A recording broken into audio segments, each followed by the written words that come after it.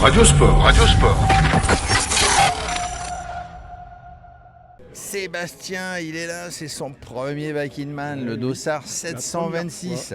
Qu'est-ce qui t'a pris là de venir ici? En fait, c'est un cadeau de ma femme. Ah bah dis donc, quel cadeau, Donc, 1000 il km. m'a fait un cadeau en juillet, donc ça a été une surprise pour moi, donc très peu de temps pour m'entraîner, mais Oui. le cœur est là pour le faire, donc, et je suis habitué à faire des grandes distances en autonomie, tout seul, donc alors, ça me ressemble. là c'est une grande distance avec du D+, je crois qu'il y a 16 000, vous avez découvert le parcours hier, Oui. il y a un petit peu plus de dénivelé qu'à Noirmoutier. Noirmoutier, c'est voilà, la seule montée qu'on a, c'est le pont, hein, donc C'est le pont. Alors, comment on se prépare justement pour son premier Bike in Man en termes de matériel, en termes de préparation physique, en termes de nutrition? Est-ce qu'on va dormir, est-ce qu'on va manger?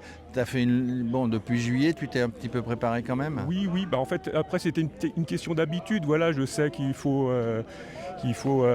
préparer plein de choses, ne pas oublier des choses pour des surprises d'intempéries ou de nutrition. Faut bien connaître son corps, faut faire attention aux conditions climatiques. Faut dormir un peu. Dormir un petit peu, ouais. Donc moi je suis habitué à faire des micro-siestes. Ouais. Donc c'est un peu ma technique. Après, vraiment, quand il y a un coup de fatigue, alors j'ai fait beaucoup de périples en France, donc c'est facile de trouver des hôtels aussi. Donc je Là, m'arrête ça dans va les être un peu hôtels. différent. Ça On va être un verra. peu différent, Alors voilà. dis-moi, donc sur un Bike in Man, vous avez la particularité de ce Bike in Man Origine X au Maroc, c'est qu'on ne découvre le parcours que la veille. Donc tu as passé la nuit à regarder, tu as des choses qui t'inquiètent, des choses en disant là ça va mieux passer. Non, je vais le prendre comme ça vient. J'ai même pas regardé les endroits où on passait, j'ai juste regardé le dénivelé. Je sais que ça commence par une belle montée, après on descend au premier CP1 qui est À moins de 200 km du départ. Ouais. 153, ça paraît pas beaucoup, mais ça ressemble quand même à une marmotte quand même, hein, cette première étape là, avec une bonne montée à plus de 2000. Et ensuite on réattaque après le CP1 une deuxième montée. Et après, moi j'appelle ça un toboggan, voilà, ça descend jusqu'au CP2, mais avec des petits pics à monter, ça risque de chatouiller les jambes.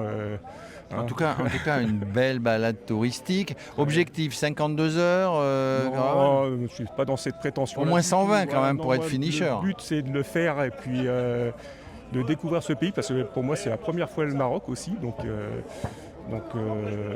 voilà, pour moi c'est une belle aventure. Une belle voilà. aventure, on est à 2 heures, là tu as observé, tu as vu des gens, on te donne des conseils, on discute, on partage. Exactement. J'ai essayé j'ai trouvé des personnes qui l'ont déjà fait, j'ai écouté leurs conseils, je les ai questionnés, donc ça a permis de m'ajuster pendant ces 2 derniers jours.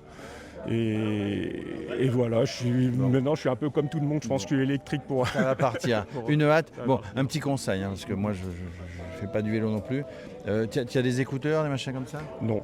Ah bon, parce qu'autrement j'allais dire, écoute Radio Sport, ça va faire passer le temps tranquillement, les interviews Radio Cyclo, Radio l'année Sport.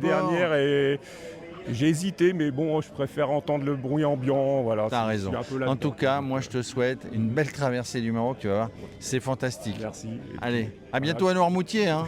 bah oui. Radio Sport, Radio Sport.